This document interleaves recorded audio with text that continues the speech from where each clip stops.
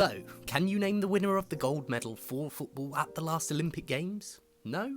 Well, you're not in the minority. To answer the question, it was Brazil, who beat Spain after extra time in the final, with a late goal from Malcolm to secure their second successive goal. You see though, despite being the pinnacle of sporting excellence for athletes competing in numerous sports, training for years just to be in with a chance of securing a medal and one of the most watched competitions. To the world of football, the title of Olympic gold just doesn't carry the same weight or reputation.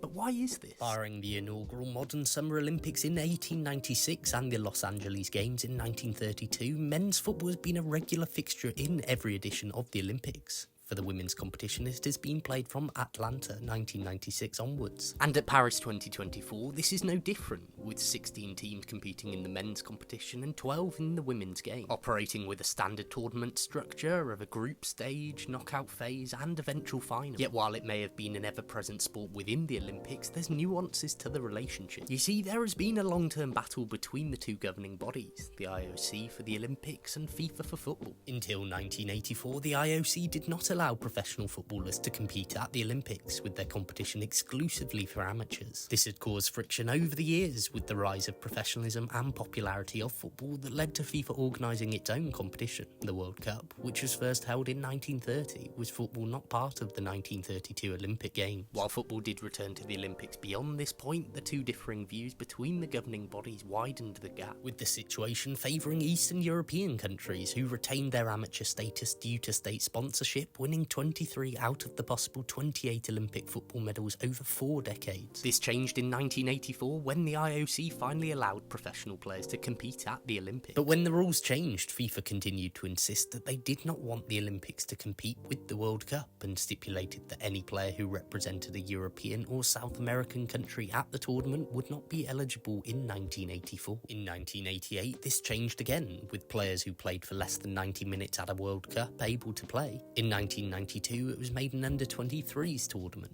and from 1996 onwards, 3 overage players were allowed in each squad, the point we're at now. This has nonetheless left a lasting impact, as shown in the build-up to the Paris Games once again. Indeed, what were the words of French legend and Olympic football team manager Thierry Henry ahead of announcing his preliminary squad?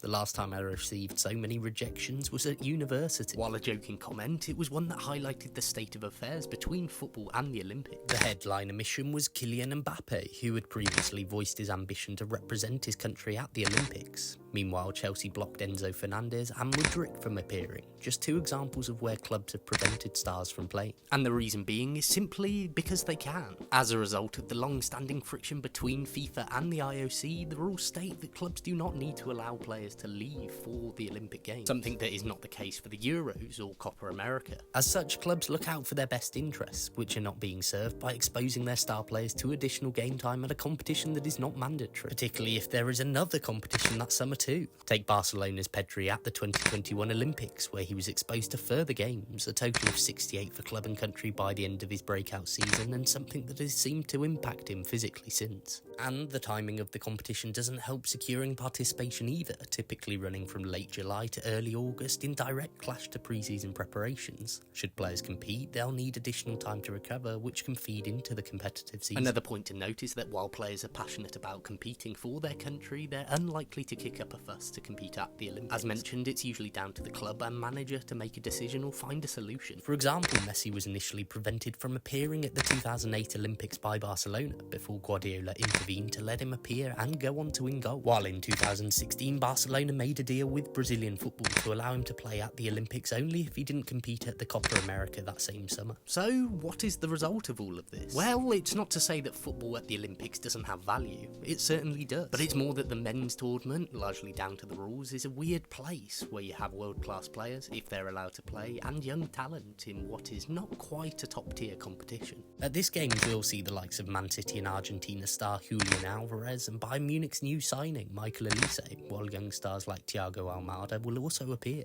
Interestingly though, the women's game does have a reputation of being second only to the World Cup, because it doesn't have the age restriction. So, do you have a view on football at the Olympics? Are you for it, against it? How do you perceive it as a fan? Let me know in the comments below.